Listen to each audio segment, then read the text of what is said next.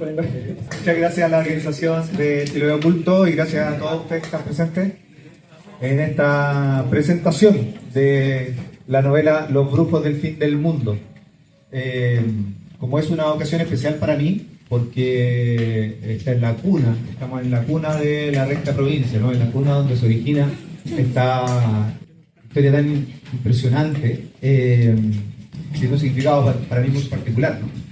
De alguna manera se cierra un ciclo que ha sido bastante largo, bastante azaroso, y que ha tenido un montón de altibajos, pero sobre todo altos, ¿no? Ha sido un proyecto que ha modificado mi vida de manera muy particular, y de eso hoy ya quiero hablar, ¿no? Quiero hablar de alquimia. No traje presentación, de aviso, porque no quiero hacer la típica presentación que he hecho en todos lados, de hablar de la novela, no, es como, creo que esta sea una ocasión especial, me lo propuse, que compartamos una cosa mucho más profunda con respecto a esta historia, ¿no? A la historia de la recta provincia, a esta historia que es esta novela, y a esta historia, ¿no? Que es el estar acá hoy día que nos convoca. ¿Por qué digo proceso alquímico? ¿Por qué digo alquimia? Cuando deberíamos estar hablando de brujos de Chiloé, ¿no? Y este proceso súper largo y azaroso comenzó hace muchos años. Esta historia yo la he contado, voy a pasarla más o menos rápido, porque en realidad yo creo que si me han escuchado en un podcast ya se la saben. Que de niño yo era fanático de las mitologías del mundo, leía todas las enciclopedias. Era un chico que devoraba enciclopedias, básicamente. Y mi familia, afortunadamente, me regalaba enciclopedias. No había cultura de lectura en mi casa, así que cuando salió este año, un chico que le gustaba leer, empezaron a enchufarle libros para que se quedara tranquilo, y rápidamente se dieron cuenta que la enciclopedia funcionaba muy bien, además, porque me daba mucho tema para investigar y para conversar.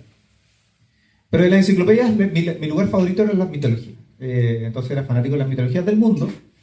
Y cuando en algún momento dado descubrí que había mitología en Chile, particularmente la mitología de Chiloé, y que esa mitología, a diferencia de las mitologías del mundo, hoy uso la palabra mitología que no me gusta mucho, pero la voy a ocupar por un rato,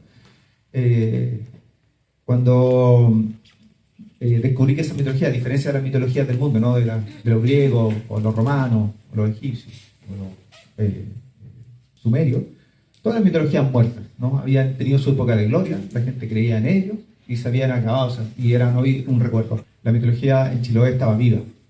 Y no solamente estaba viva en Chiloé, sino que además en un lugar tan lejano como de Chiloé, como Pudahuel en Santiago, los vecinos, mis tíos, mi familia, se hablaba del culebrón de la iglesia de Santa Corina, se hablaba del cuero que había en la Laguna Calén. Hoy día justo tuvimos un desayuno con los chicos, estuvimos conversando del cuero, eso está súper estimulante, y por eso quería traer a colación el cuero en esta historia.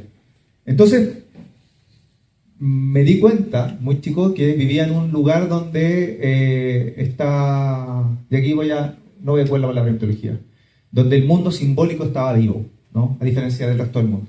Y eso me parecía fascinante. ¿Por qué mundo simbólico? Porque nosotros somos entidades biológicas, ¿no? Y hoy en día estamos dejando atrás un modernismo que se ha descubierto que no estaba tan en lo cierto como quería estarlo, ¿no? La modernidad llegó a decirnos, vivimos durante siglos en la ignorancia, y gracias al proyecto de la ilustración, y gracias a la ciencia, y gracias al progreso hemos descubierto la luz, ¿no? Ha llegado la luz de la iluminación. Y ahora sabemos cómo funcionan las cosas y sabemos muy bien quiénes somos. Y vamos a ver más, y todo lo vamos a desempeñar. Si yo soy un gran agradecido de la ilustración y de sus valores, y creo que son valores fundamentales, y los tengo en buena estima, no estoy en contra de ellos. Sí siento que en estaba esa soberbia, ¿no? Y esa soberbia se quedaba corta. Hace ruido, ¿no? Pensar que durante siglos y milenios la humanidad vivió en la ignorancia, y que solo hace 100, 200 años nos dimos cuenta de cómo eran las cosas. Es una soberbia absurda, ¿no? Si uno la piensa un poco. Diría, ¿no? Mira, los pueblos antiguos creían todas estas tonteras. Somos animales simbólicos, ¿sabes? O sea, somos primates que tenemos un mundo simbólico, y ese mundo simbólico condiciona nuestras vidas siempre, ¿no? En este momento para que entendamos lo del mundo simbólico o planes simbólicos, Yo en este momento estoy hablando, estas ondas viajan, hoy día sabemos que las ondas viajan, ¿no?, en el aire y llegan a sus tímpanos, son recogidas por un nervio ahí y son codificadas en nuestras mentes y pueden entenderlo.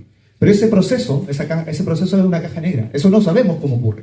La conciencia no sabemos cómo ocurre, no sabemos cómo es que estas ondas que viajan en el aire llegan a nuestros tímpanos y se transforman en conceptos e imágenes que en estos momentos están en subconsciencia, a medida que yo estoy hablando. Ese es el plano simbólico, cuando nosotros nos comunicamos simbólicamente con palabras, con imágenes, ¿no?, conceptuales. Entonces, y durante toda la historia de la humanidad hemos hecho eso, nos hemos comunicado de esa manera, hemos establecido modelos de mundo que funcionan así. El proyecto de la modernidad pensaba que éramos un cerebro que comandaba un cuerpo, ¿no? Esa es la idea, ¿no? Hay un cerebro y ese cerebro comanda el cuerpo y hace que se mueva la mano y hace que se mueva el pie en estos momentos y un montón de cosas.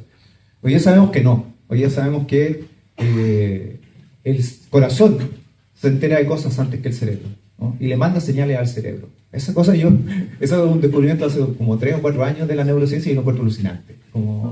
Nos cambia radicalmente en la manera en que hemos pensado. Siempre pensamos que nuestros sentidos captaban cosas, las mandaban al cerebro y el cerebro le mandaba órdenes al cuerpo.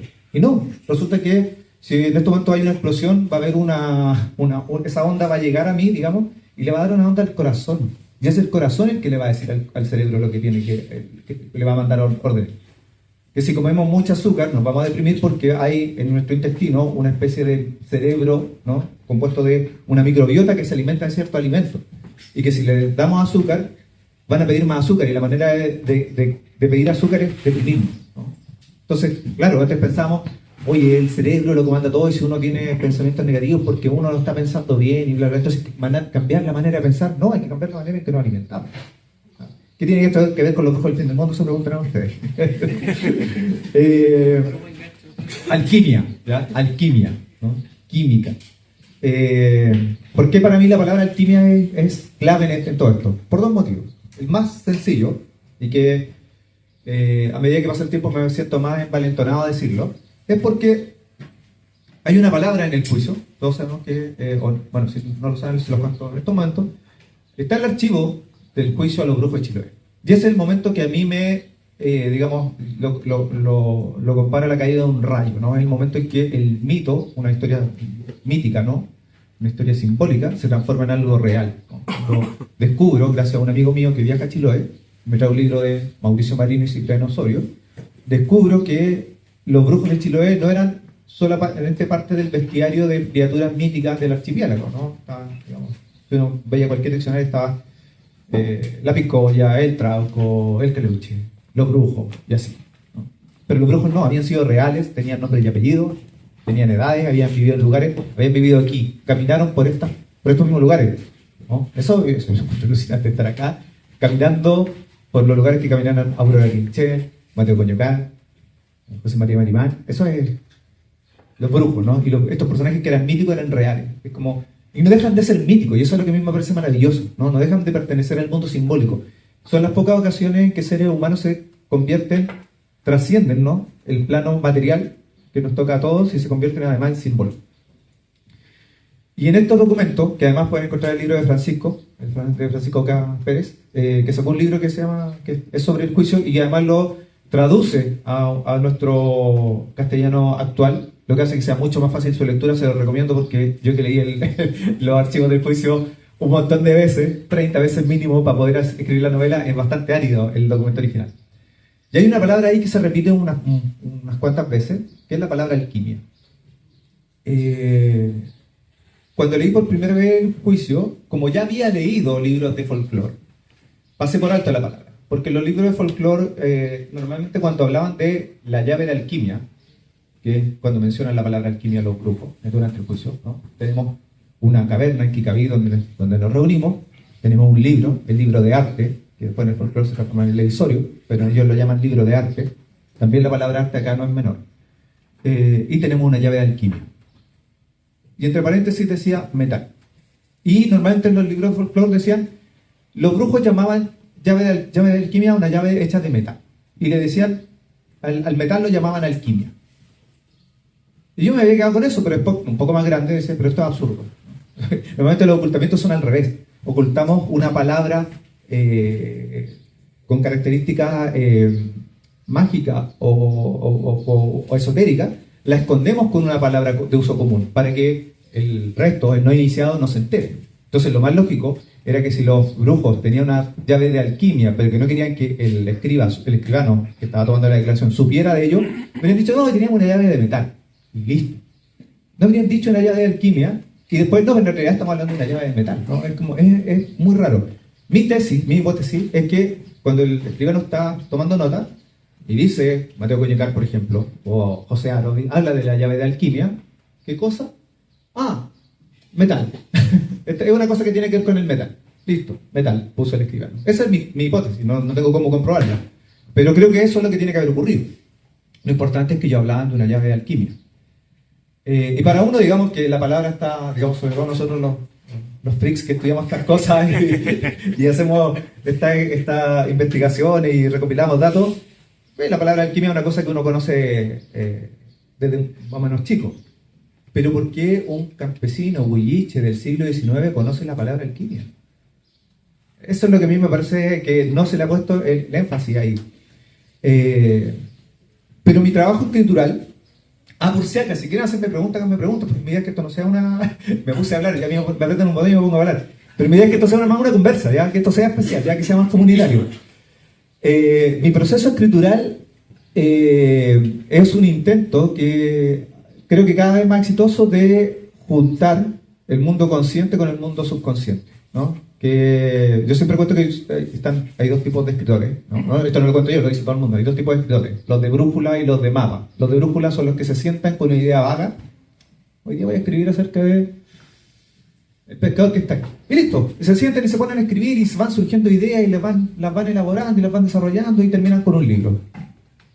Chapó.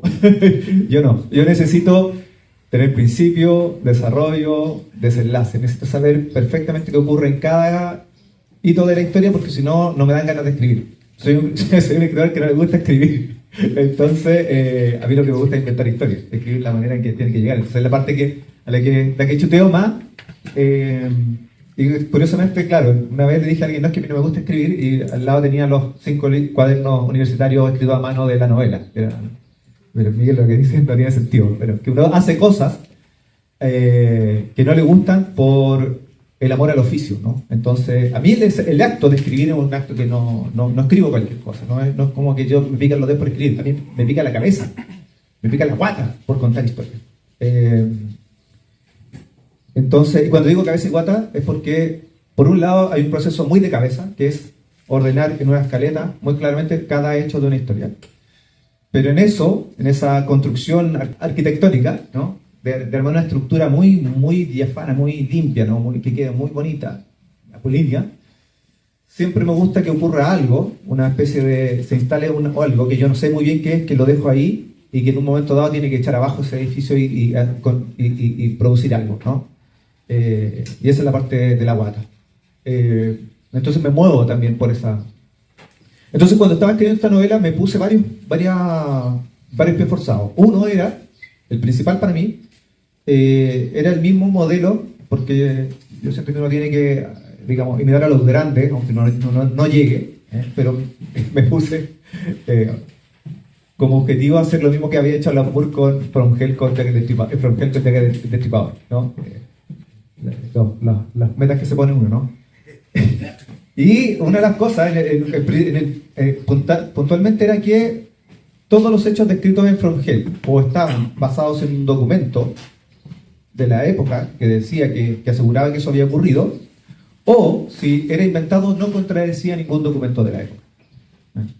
A diferencia de Jack el Destripador, donde hay muchos documentos y la obra de Alan Moore evidentemente es mucho más monstruosa y ambiciosa que la mía. Yo tenía los archivos del juicio. Entonces yo lo que tenía, al reconstruir la historia de los brujos en base al juicio, lo que mi pie forzado era cada uno de los hechos que yo voy a describir, o está digamos, en el juicio, o no contradice a lo que se diga en el juicio. Esa era y eso era un proceso súper racional y por ahí me fui, ¿no? Esa fue la metodología. Pero entre medio empezaron a pasar cosas. empezaron a pasar cosas simbólicas y que tienen que ver digamos, con sincronía y el trabajo del subconsciente también. Como sincronía, esto no va a destripar nada de la novela para los que no han leído, pero hay un personaje que a mí me gusta mucho, que es Santiago Raín, que al principio cuando yo había leído el juicio pensaba que era una persona que había hecho X cosas y después me di cuenta que había dos personas que se llamaban igual, ¿no? Está el Santiago Raín Huichamán, que es más joven, que el del asesinato de Andrés Netor en Caucahuel, que da comienzo a la investigación del Estado de Chile acerca de los brujos. Y está Santiago Raín Alvarado, mucho más anciano, de casi 90 años en el momento del juicio, que había pertenecido a la cúpula de la recta provincia de esta zona. Pero para que mi historia funcionara, yo necesitaba que hubiese un cisma, ¿no? Que en esta pelea, esta lucha por acceder a la caverna de Kikabí y por estos símbolos de poder, hubiese habido una pelea. Entonces dije, voy a volver a leer el juicio una vez más. Porque además también todo lo que uno encontraba de ficción o de estudio al respecto hablaba de los brujos de Kikabí, ¿no? Los brujos de Kikabí, la recta provincia de Kikabí, el rey de Kikabí. Y resulta que cuando uno empieza a desentrañar el archivo y empieza a hacer mapas conceptuales, dice esta cosa, uno se da cuenta que lo que yo quería buscar una excusa para inventar un cisma, no la necesité porque había un cisma. Ocurrió en 1850 cuando José María Merimán, el rey de la recta provincia del norte, con sede en Kikabí, asesina a Domingo Nahuelquín, el rey de la recta provincia del sur de la Isla Grande, con sede en Quilín, cuando se juntan acá en la isla de Cahuaya. Y desde ahí viene una guerra intestina entre dos facciones. Entonces, es algo que yo quería buscar una excusa, ¿no? Como, pucha, para que esta historia me sirva, para yo poder contar esta historia necesito una excusa como que para que se hayan peleado, dividirlo en dos grupos. No, los dos grupos estaban, ¿no? Porque esto es una historia además de enfrentamientos. La historia de la novela y la historia de la recta provincia. Pero estos enfrentamientos son virtuosos, en el sentido de que representan, de alguna manera, opuestos que son necesarios que estén golpeándose entre sí para producir algo, ¿no? Como cuando yo digo está el consciente y el subconsciente golpeándose para producir una obra. Entonces, tengo esta historia, y está este Santiago Raín, y yo decía, bueno, pero yo quiero que Santiago Raín sea una especie de para que la historia que quiero contar no funcione, me sirve que Santiago Raín sea un doble agente. Ya había tenido el dato de que Santiago Raín Alvarado había trabajado para el gobernador de Castro en 1851. Eso está en el juicio. Entonces decía, ya, este es un tipo que es un doble agente, pero además yo quiero que trabaje para los de Kemmler, no para los del sur, para los que eran descendientes de los chonos. Dije, lo voy a hacer mestizo. Mestizo, no solo mestizo chileno huilliche, ¿no? Raín Alvarado, sino que chileno huilliche, pero también chono, que tenga un pasado chono. Y me puse a escribirlo, y lo escribí así, y conté en algún párrafo conté su historia, de su infancia, qué sé yo. Y en algún momento, en alguno de los tantos libros que leí, encontré un documento que hablaba acerca de que los últimos niños chonos habían sido tomados por los misioneros cristianos de la época, habían arrebatados de sus familias, porque digamos, estaban exterminando, y los estaban exterminando, entonces habían tomado algunos niños y lo habían instalado en ciertas familias de origen huilliche. Por ejemplo, la familia Ray. ¿En qué año fue eso? En tal año, y me calzaba perfecto con Santiago Ray. No, entonces, y ahí es donde yo digo, aquí empieza la cosa a moverse raro, ¿no? Empieza esta realidad material, tan material como un juicio, y tan real como estas calles por las que estamos caminando, por las que caminaron estas personas, empieza a deformarse, como dos planos que se empiezan a mover y empiezan a dialogar, y uno no sabe bien lo que está ocurriendo y uno siente que está canalizando algo. Cuando yo dije el libro de arte, está el misterio, ¿no? ¿Cuál es el libro que le entrega José de Moraleda a Novachi Chimpita? ¿No lo sabemos? Ahí Brian propone el libro de San Cipriano, ¿no? Hay otros hablan del divisorio, otros hablan de un libro de Gonzalo Rojas, habla de un posible libro de anatomía o de hierbas o qué sé yo, ¿no?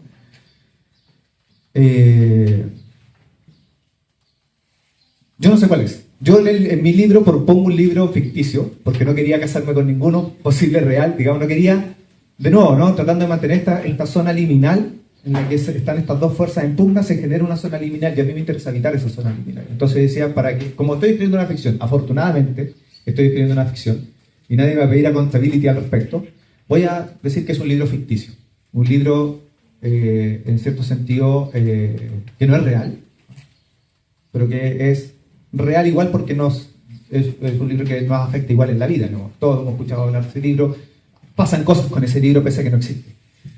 Entonces, de nuevo, ¿no? Algo material, pero que en este caso es algo inmaterial, pero que tiene efectos materiales, así como los grupos eran seres materiales, pero que tienen efectos inmateriales.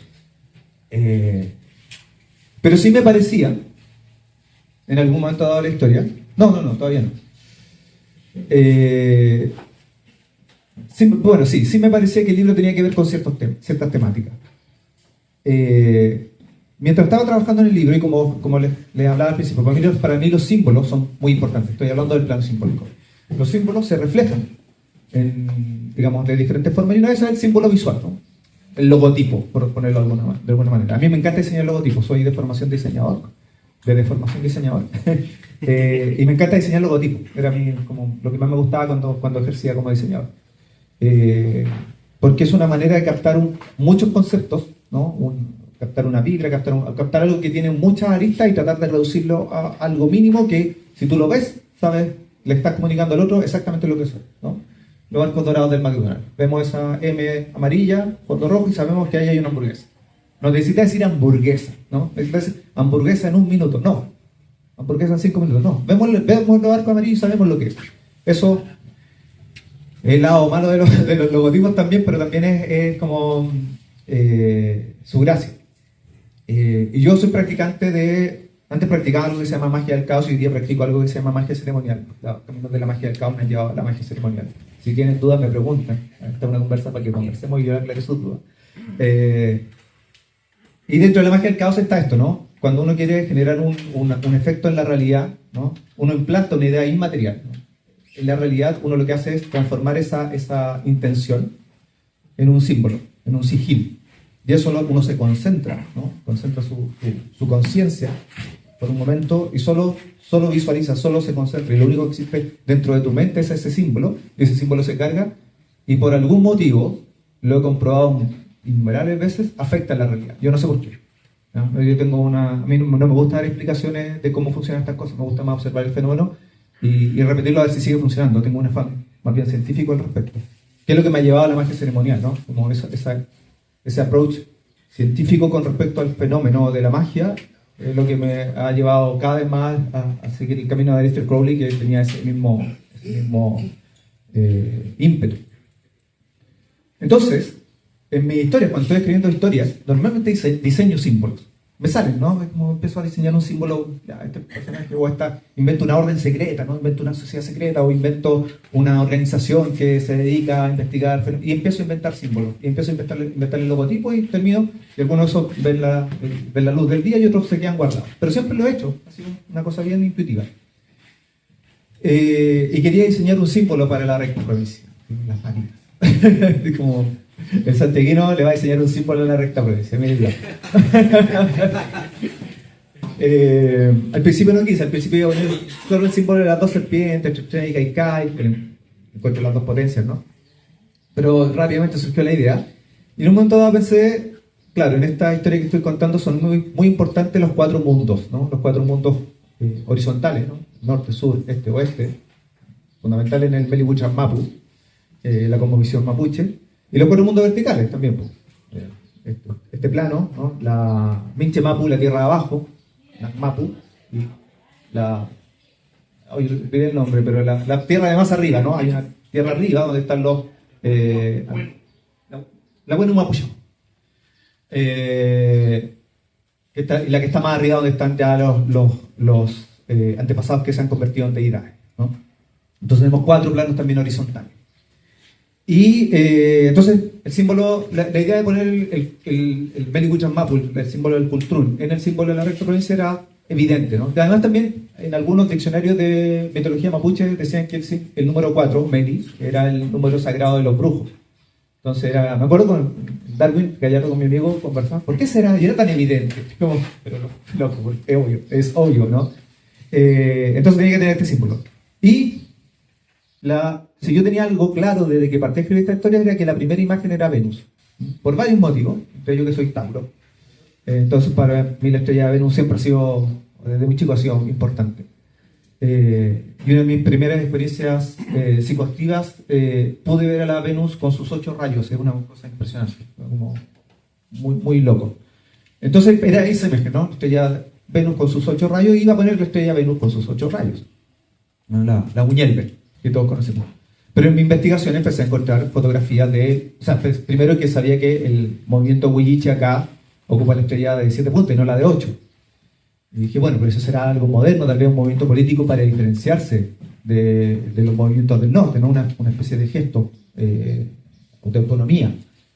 Debe ser una cosa moderna, una cosa reciente. Busquemos más atrás. Y encontré fotografías del Onco Huilliche, de acá del norte de la Isla Grande, de 1950, 1940, con el Lonco con una estrella de 7 puntas. Dije, no, entonces esto ya no es tan casual, esto ya no es tan no es tan nuevo, ¿no? Entonces dije, parece que tengo que poner la estrella de 7 puntas, que es la que está en la portada. En el proceso de escribir la novela, yo sabía más o menos dónde iba, pero la novela fue creciendo, mutando y qué sé yo, y se transformó en un monstruo más grande que terminó teniendo 7 partes. Entonces, el 7 de nuevo. Ya, entonces es la estrella de 7 puntas. Y yo no me quedo tranquilo, yo soy súper jodido, entonces no me quedo tranquilo. Ya, la estrella de 7 puntas, ¿qué significa en realidad? ¿No? Y es como, ya, los 7 planetas, y ahí doy con esta... Eso podría haber traído, mira qué gil. No sé si, Francisco, si podéis buscarla para ponerla aquí, lámina vitriol, si podemos mostrarla. Hay una lámina en los libros de alquimia, en el Azot, que es un libro del 1600 más o menos, de Basilio algo, que se llama vitriol, una lámina alquímica que tiene una estrella de 7 puntas, ¿no? Entonces ya ahí fue como, ¿habrán sabido los brujos de esto? No, esto no tiene ninguna relación, es un libro europeo escrito por un alquimista, no tiene nada que ver, pero es un libro del 1600, el libro de Moralidad llega en 1786, hay tiempo, ¿no? que pueda llegar una copia, hay tiempo para que llegue, digamos, pero además, en el mismo juicio, los brujos hablan de la llave de alquimia y del libro de arte, y la alquimia es el arte real. Entonces hay un libro de arte, no creo que haya sido un libro de pintura del Renacimiento, ¿no? Entonces ahí fue como, de nuevo, otro rayo que cae y otro rayo que dice, ¿sabéis que acá hay una verdad profunda? No lo vamos a saber nunca, tal vez, a lo mejor estoy equivocado, a lo mejor el libro de San Cipriano, no quiero quitarle la tesis a... De hecho, y esto quiero ser súper como claro en esto, no estoy diciendo que sea, ¿no? Estoy diciendo que dentro de la ficción que estoy creando adquiere una autonomía, adquiere un sentido, y eso es lo que a mí me interesa, por eso mi mundo es la ficción, porque primero desaparece, ¿saben qué? El libro de San Cipriano, ok, listo, I rest my case, no me equivoqué, pero dentro de la ficción que estoy creando es perfectamente coherente y se mantiene, ¿no? Esa es una, sí, esta es, ¿no? De 7 puntas y cada una es un planeta. Efectivamente, que tiene que ver con la obra alquímica. Y la obra alquímica, en resumen, tiene que ver con... Ayer hablaban del huecufe, y explicaban que el huecufe no es... digamos que explicaban que el calcus, y en mi novela los brujos se hacen llamar a sí mismos calcus, porque el calcus, de diferencia de la magia, trabaja con el huecufe. Y el huecufe no es un demonio, un ser maligno, sino que es algo que echa a perder para mejorar las cosas. ¿Y qué son las cosas que se echan a perder? ¿Qué cosas echamos a perder para que salga lo bueno? El proceso de putrefacción, la putrefacción, en términos alquímicos, ¿no? Cuando echamos cosas a la compostera. Se empiezan a podrir, pero eso es para que haya buena tierra, ¿no? Entonces, el proceso alquímico tiene que ver eso, con descender, ¿no? Con descender a la tierra, la putrefactio, y encontrar ahí algo profundo, surgir desde él. Y vitriol es un notaricón, una palabra que cada una de sus letras significa a su vez una palabra, y significa entonces visita interior a terrae, invenies rectificando lapidis occultum, visita el interior de la tierra donde encontrarás la piedra oculta. Si yo podía definir el proceso de escribir esta novela fue eso, en términos personales, puede descender al interior de la Tierra para encontrar una verdad profunda, ¿no? Más allá de las realidades materiales y concretas, históricas. Entonces, por eso para mí hoy día estar acá, y con esto cierro, porque de verdad quiero que conversemos. Acá ocurrió un hecho alquímico. Teníamos un explorador español, hombre, ¿ya? Si vamos a atender a la declaración de Mateo Coñecar, hechicero, que se presenta acá, diciendo yo tengo el poder, yo tengo un poder, ¿no? Y necesito gente que trabaje para mí.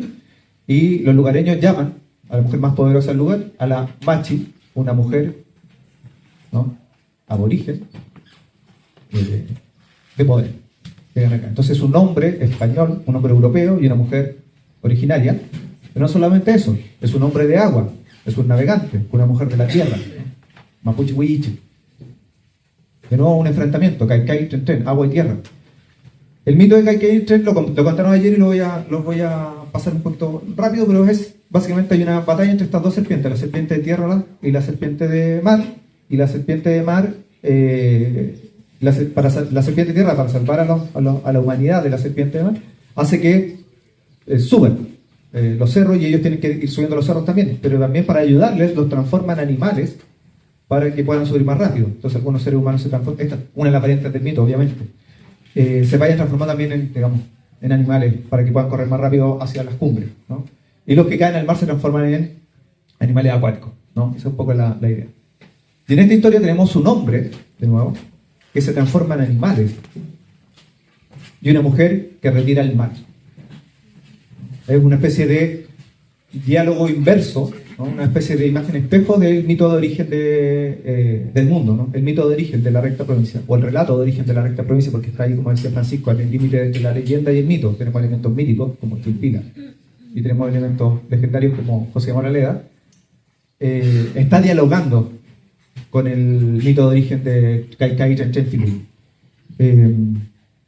Y es una historia, digamos, también de enfrentamiento entre los hombres del mar, ¿no? Los hombres del agua, los canoeros del sur del archipiélago contra los hombres de tierra del norte del archipiélago. Está el enfrentamiento entre el mundo hispano, ¿no?, y el mundo chileno también. Es una historia de enfrentamiento, y surge algo de ahí, ¿no? Algo inacible, algo alquímico. Algo que no está del todo acá sentado, y eso es lo bonito, son cosas que tenemos que mirar de reojo para entenderlas. Normalmente siempre y aquí siga. Siempre me preguntan si me pasó algo escribiendo la novela, si me pasan cosas. A mí nunca me ha pasado nada. A mí nunca me pasa nada. No he visto fantasmas, no he visto nunca nada.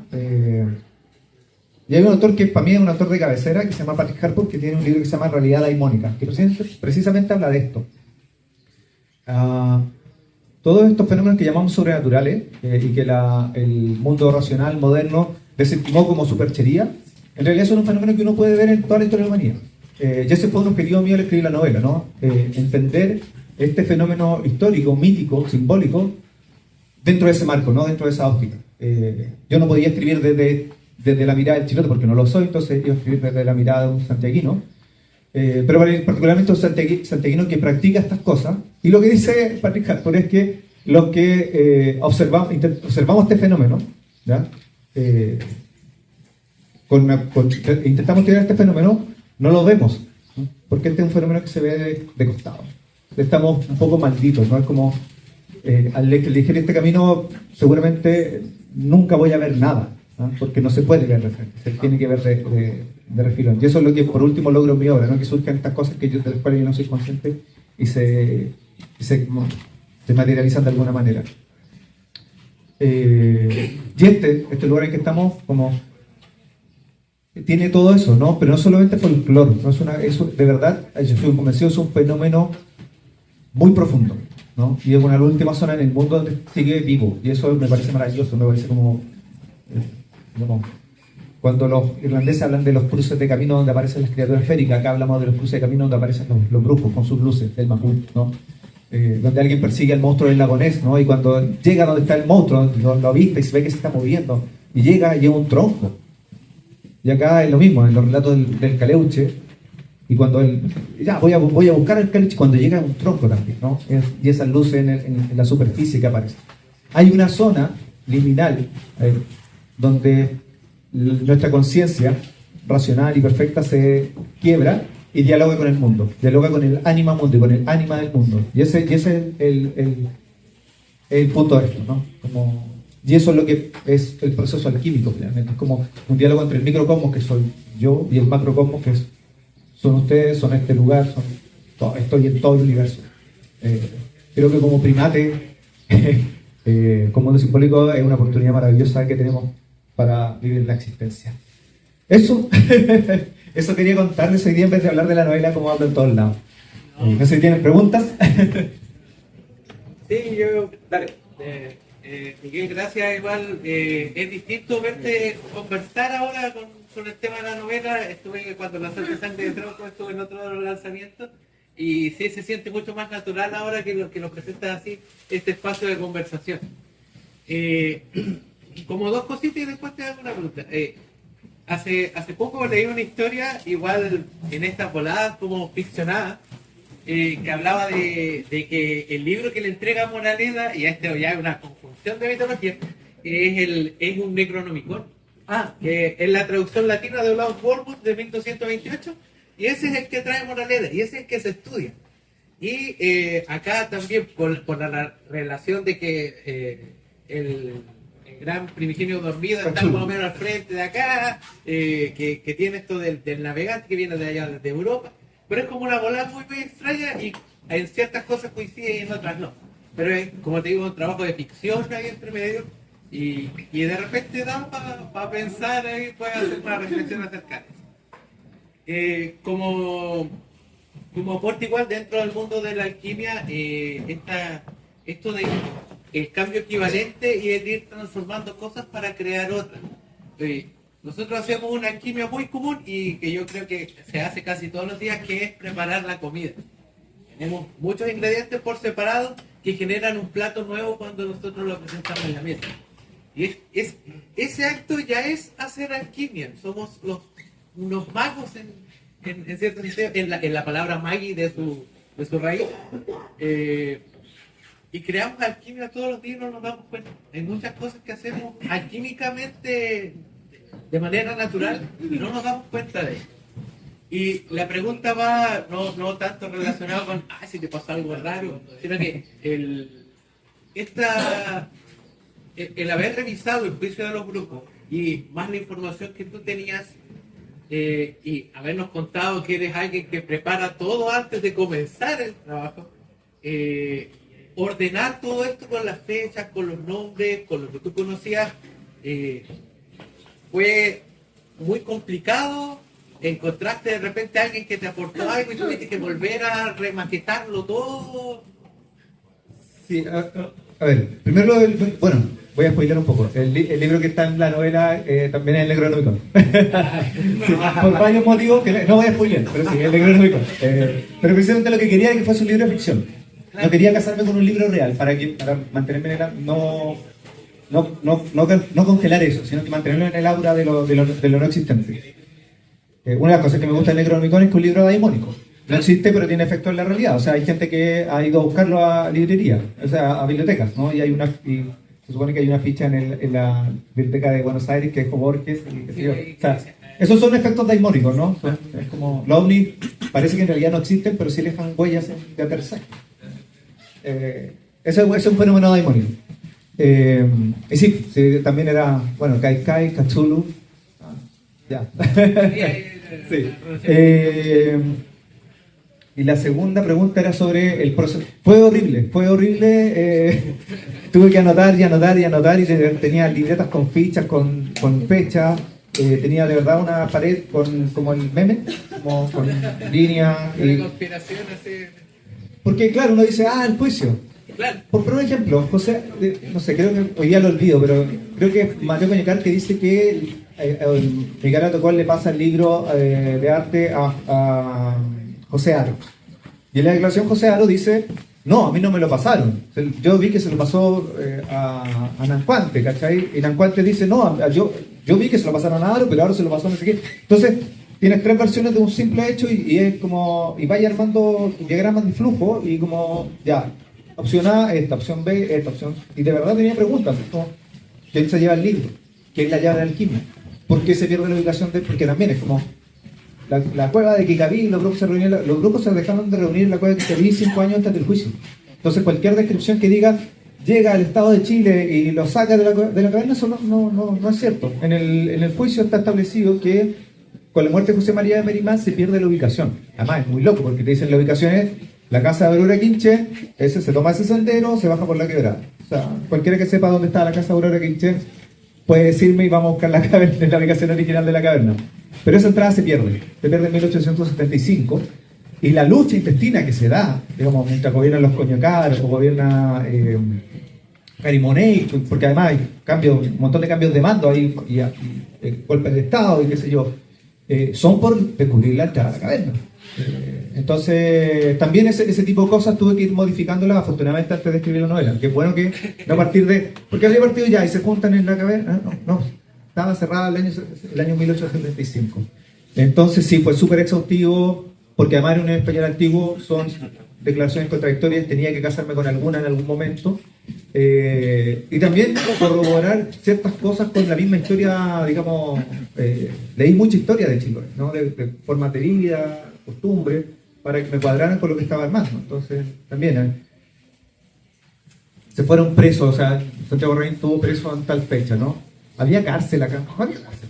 Entonces, ¿dónde estaba preso, por ejemplo? Ese tipo de cosas. No, súper, tremendo trabajo que hiciste ahí. Gracias. Miguel, ¿Sí? yo tengo más que nada una duda. Mira, el año pasado en general justo se produjo una coincidencia de que varios escritores sacaron nuevas ediciones de sus libros, Francisca Solar, entre ellos Ortega, que estuvo ayer con nosotros acá, y Ortega planteaba que la diferencia del libro que se llamaba Salisbury era que ahora por fin tenía el final que él quería. Entonces, tomando eso como base, te quería preguntar sobre las diferencias respecto a Sangre de Trauco y Los Brujos del Fin del Mundo, entendiendo que si bien es el mismo libro, tiene diferencias y mi duda en general es por qué el cambio de nombre también. Mira, la historia es la misma. Los que ya tienen Sangre de Trauco no tienen que comprar Los Brujos del Fin del Mundo si no quieren. Me da lata para que nadie lo compre por error, así que trato de aclararlo siempre. Es la misma historia, son los mismos 6 capítulos, son los mismos hechos, no hay ningún hecho agregado ni hecho quitado. Son exactamente los mismos. Lo que cambia fundamentalmente es la prosa, ¿no? Que la editorial la mejoró bastante. Yo era un problema que tenía con la prosa en la versión original, que digamos, fueron 3 años y medio de escritura, pero fue un proceso alquímico, insisto. Yo, la persona que partió escribiendo ese libro y la persona que salió de escribir ese libro son 2 personas. Entonces la prosa al principio es muy amateur, y pese a que la corregí, nunca quedaba del todo bien, y al final le di la última corrección y dije, ya, esto es lo máximo que puedo hacer, no puedo seguir puliendo esto. Y ahí la editora lo pulió bien y en realidad, y pulió todo. Entonces quedó, digamos, es la diferencia entre una guagua recién nacida que sale todavía con sangre en el pelo y está llorando. Y hoy día tenemos un carro chico de 5 años que sabe comportarse bien, ¿verdad? Que podemos presentar en sociedad y sociedad con mi hijo. Así que no podemos hacer la diferencia. Y el cambio de Sangre de Trauco a Los Brujos fue porque Sangre de Trauco era el nombre de una de las partes del libro.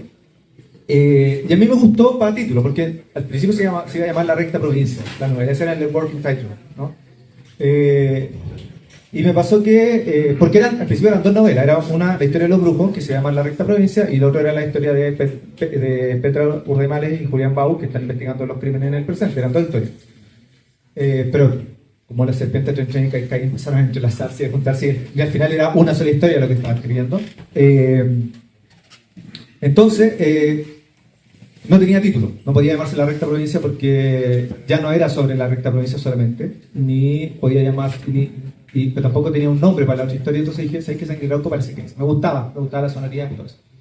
Pero el proceso escritural o todo proceso de creación es lo digo yo, es como una cosa que se te va acercando, se te va viniendo encima, como que uno ve desde lejos, ya quiero escribir sobre este tema, y empecé a trazar, y empecé a hacer escaleta, y cada vez tú empiezas a acercarse y después ya no estáis viendo de verdad los bosques. O sea, los árboles no te dejan ver el bosque, Y cuando, por lo menos, yo termino con un libro, no sé lo que hice bien, ¿no? Por eso me gusta trabajar mucho con editores, para que, oye, ¿qué es lo que tengo acá? ¿Lo podemos arreglar? ¿Lo podemos mejorar? ¿Lo botamos a la basura? Claro, pero el proceso de Sangre Leuco, por eso sé que tuvo harto alto y bajo, lo terminé en 2019, mediados principio del 2019. Y conversé con 2 editoriales para que lo publicaran. 2 editoriales estaban interesadas, pero los procesos son súper largos los de edición. Bueno, te reciben el texto, lo van a leer en 4 o 5 meses, 6 meses, 7 meses, de ahí te van a dar una respuesta. Entonces, y ahí vino el estallido social. Entonces hablé, y una de las editoriales ya me había dicho, ¿sabes que es súper difícil que lo publiquemos porque es muy extenso? Y la otra, lo llamé y dije, oye, hay un estallido social. Y, sí, mira, estamos viendo. Todo lo que no tenemos contrato firmado, estamos chuteándolo. Ah, ya, ok, espero. Y después, en marzo del 2020, pasó algo. Y llamo. Hoy hay una pandemia, ¿cierto? Sí. Y olvídate. Todo lo que tiene contrato se cancela y todos los que tienen contrato estamos negociando para sacarlo, no sé, en 2 años más. Estamos de locos, así que olvídate que vamos a publicar el libro. Entonces, el libro se quedó guardado. Y el 2021 yo dije, ¿sabes que no aguanto? Esta historia no puede seguir guardada, así como necesito que pase algo, y la saqué yo. Y ahí le puse Sangre de Trauco. Pero no tuve un proceso de edición, digamos, con vista comercial. Y cuando lo leyó la editora, la Daniela Quiñones, la editora de Urano, me dijo, oye, ya, todo bien, me presentó la propuesta de edición, y me dijo, tengo un puro problema. El nombre Sangre de Trauco no habla de la totalidad del libro. Esta novela se trata mucho más que de eso. Entonces siento que es como que el título habla de una sola cosa, y creo que debería hablar y a mí me produjo tres títulos. Me dijo, hay uno que es mi favorito, no te voy a decir cuál es, y era Los Brujos del Fin del Mundo, y porque elegí yo. Y además porque le ven potencial internacional. Entonces también me decía, si lo tratamos de mover en España o en Argentina, la gente no sabe qué es un trauco. Entonces ahí era como, pongamos un título que también desde afuera se entienda. Gracias. Buena la historia del... Yo voy a contar un poquito. Tu libro lo tenía en la lista de las primeras que como, sí. Y lo primero que se me viene a la cabeza son los primeros capítulos. ¿Qué tanto es verdad? ¿Qué tanto es ficción? ¿Cuál es el límite desde lo que le pones de tu cosecha versus lo que dice los hechos históricos? Yo uso la siguiente imagen. Imagínate que tenemos una caja de un rompecabezas que dice son 100 piezas. Y no tenemos la imagen final, ¿no? Es como rompecabezas 100 piezas y la imagen que tú deberías armar está borrada. Y abres la caja y hay 20 piezas. Entonces, y tomas una y dices, esto parece una ventana. La ventana, y esto parece una puerta. Y la puerta acá. Esto parece cielo. Y lo ponía acá. Y así vais poniendo las piezas en los lugares que tú estimáis que están, y el resto lo tenés que llenar tú. Entonces después tú vas y dibujáis la casa, dibujáis el prado, y pones una vaquita acá, qué sé yo, porque sí, para que se vea bonito voy a poner una vaca, y acá voy a poner una reja. Pero en realidad no tenéis ninguna pieza que diga que hay una reja. ¿Ya? Esa es un poco la... Entonces, una de las cosas muy entretenidas, encuentro yo, y estimulantes de esto, es que cualquier persona puede tomar el juicio y armar su propia historia. Como hay libros que lo han hecho. Yo conversé con Eduardo Pérez Arroyo, que hizo lo mismo que yo, de tomar el juicio y novelizarlo, y eran 2 historias radicalmente distintas. Entonces, o sea, para saber bien efectivamente lo que es, son los hechos más puntuales, ¿no? Las muertes. O sea, cuando yo digo que muere Domingo Nabolquín y cómo lo asesinan, eso está no está en el juicio, sino que está en unas notas que hizo un periodista en la época. Cuando digo que, bueno, no voy a desentrañar mucho más del libro, porque me presenta ayer, pero claro, ya creo que te adelanté algo. Pero las muertes sí, las muertes son cuando digo que alguien muere porque está, cuando yo digo que alguien muere es porque murió, y cuando digo que alguien está vivo es porque o no sé que se murió en esa fecha o no hay nada que indique que se haya muerto, ¿ya? O sea, le asumo vidas a las personas que no tengo así como la fecha cierta de muerte. También las luchas de poder, así como los cambios de mando, así como de este fue rey entre tal fecha y tal fecha, este fue presidente, porque después dejan de ver cuando dicen el rey llega no sé, el Estado de Chile y toma preso el rey de la provincia, no sé, no habían reyes en la región provincia en 1880, habían presidentes. Entonces, cuando hay presidente, cuando digo tal perico es presidente o el lugarteniente, eso es cierto. ¿Verdad? Todos estos personajes que van a aparecer, Antonio Nauto, todos son reales y todos tienen los cargos que salen ahí. yo le atribuyo acciones ahí para que sea también más entretenido, ¿no? Si dice, no, nos vino a visitar Antonio en auto, se ve y nos pidió tal cosa, yo hago que esa escena sea entretenida, no es como, ahora vengo a buscar tal cosa, algo que el tipo entre, y amenace, ¿cachai? Y haya pelea, ahí yo ya pongo mi cosecha, ¿no? Ahí yo como que las reuniones, hay asambleas, que se desarrollan 3 asambleas, esas 3 asambleas son reales también, donde se determinan ciertas situaciones políticas. También esos son reales, pero también como que la dramatizo para que sean no sean toda una conversación de tipo sentado alrededor de una mesa, sino que una la parto del principio, otra parto de la mitad, otra ya terminó, entonces los tipos hablan de lo que pasó en la asamblea. Esas son las herramientas del oficio para poder hacer que fundamentalmente sea entretenido, ¿cachai? Además me preocupé de que sea muy entretenido. Pero sí, los hechos prácticos son reales y entre medio hay mucha... O sea, cuando yo digo que los tipos tienen poderes, ahí ya es como... Sí, soy yo. Ahí cuando digo le tiramos un flechazo, ese soy yo. Es bien loco esta novela porque es una novela sobrenatural, ¿no? Fantástica, donde los locos tienen poderes. Pero la editora me decía, como que una de las cosas que encuentro fascinante de la novela es que yo escribo desde un lugar donde estas cosas pueden haber ocurrido o no ocurrido. Entonces, es como, por poner les voy a contar una anécdota. Yo cuando estaba recién empezando a practicar estas cosas, por eso digo, lo que se quiere funcionar, tenía un sigil de ataque. Si algún día me pasa algo, voy a tener un sigil de ataque para que me defienda, ¿no? Una especie de flechazo. Entonces, ya era efectivamente una flecha. Con unos símbolos y qué sé yo. Y un día yo voy cruzando la calle donde vivía, en Puente Alto. Voy cruzando por el paso de cebra y el auto que viene se detiene y yo sigo caminando y el auto que viene atrás pasa rajado. Se pasa por el lado del otro auto y si no salto me atropella. Y en ese momento en que la conciencia porque básicamente el shock de adrenalina fue brutal, la conciencia se vuelve una cosa como un punto, el tiempo se ralentiza y se me ocurre visualizar el sigil de ataque y lanzarlo al auto, y esto, de verdad que no miento, de verdad que lo juro que esto fue real. Soy una persona bastante escéptica además, como a todos le trato de ver la quinta pata al gato. Pero hay unas cosas sí que desafían, de las pocas cosas que me han ocurrido en la vida, pese a que practico magia desde hace más de 25 años, no me han ocurrido, insisto, no me han ocurrido cosas. Pero esta sí es cierta, visualizo esta cosa, veo este sigil, rayo, símbolo mágico, entrando en el capó del auto, y el auto hace esto. Y se detiene. Antes de eso, los tipos pasan por el lado, cuando yo salto y uno de los buenos que está atrás me dice, ¡andá apurado, weón! Y el auto se queda chantado, y yo cruzo, bien palentonado por el acto mágico que había realizado. Paso por el lado, los miro, los tipos me quedan mirando y iban apurados los weones. Y sigo caminando, y los tipos me miran con una cara de ¿qué pasó acá? Y el auto de verdad se detuvo. Entonces, ¿a qué voy con esto? No es que yo sea un tipo poderoso, no funciona así. Eso solo ocurrió una vez porque en ese momento tuve un golpe de adrenalina, pude hacer que mi conciencia se unificara, que es una cosa que cuesta años y años y años de meditación para lograrlo por un microsegundo, así que no pretendo, no es la lección que quiero que saquen de acá, es que como he estado practicando de manera seria, ¿no?, y disciplinada esto durante mucho tiempo, lo que he logrado es entender que hay una especie que en esta realidad material y tangible que habitamos, a veces se fisuran. Y en esas fisuras pasan cosas que, insisto, como las estoy estudiando yo no las puedo ver de frente, las veo de lado, así como envidio a otra gente que... Por eso cuando alguien me dice, bien fantasma, por favor, cuéntame. Como, por favor, necesito saber detalles porque necesito entender este tipo de cosas. Lo que he podido ver son los efectos de este tipo de cosas. En términos mágicos, uno realiza el ritual y no pasa nada, digamos. Un ritual es lo más fome que hay, no aparecen demonios, no te habla nadie, no. Uno termina el ritual y listo, y al principio uno se siente medio ridículo. Te dicen otras palabras, te dicen estos gestos, bueno, o sea. Pero lo que uno entiende es que la realidad se empieza a ordenar. Ya empieza a haber un diálogo entre el microcosmos, entendiendo esta cosmovisión, ¿no? Hay un microcosmos que es uno, y está el macrocosmos que es el exterior, y empieza a haber un diálogo. Cuando escribo esta novela, escribo desde ahí. No escribo desde... Cuando yo digo los brujos tienen poderes, no es como Harry Potter, sino que es una cosa extraña, ¿no? Son tipos que saben mucho mejor que yo manejar estos planos extraños y saben generar estos efectos.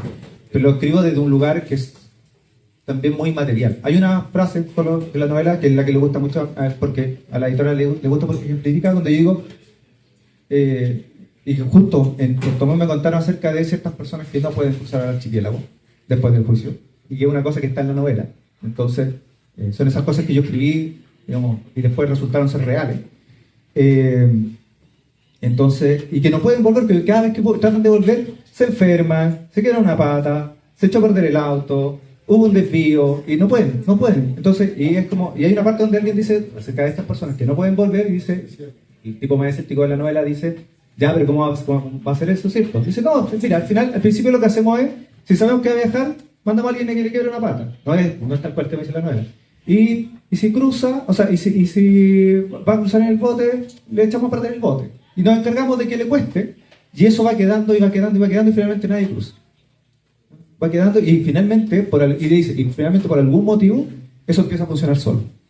Que es como funciona, creo yo, la magia, ¿no? Que uno empieza, el ritual tiene que ver con repetición. El rito de lavarse los dientes, ¿no? El hábito de lavarse los dientes. Es un ritual.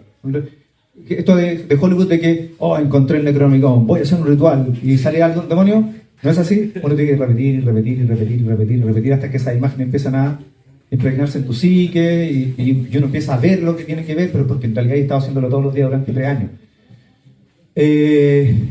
Entonces, y eso genera, después del hábito, genera algo, en la realidad una cosa que se empieza a iterar. A lo mejor por la naturaleza fractal de la realidad empieza a repetirse. Y eso es como funciona la magia. Y desde ahí escribí el libro. Entonces es súper distinto a Harry Potter, por ejemplo, o a alguien que mira esto de afuera. Lo hago yo de adentro, pero desde una mirada muy también escéptica, ¿no? Eso. O científica más que eso. Estamos. Muchas gracias. Muy excelente.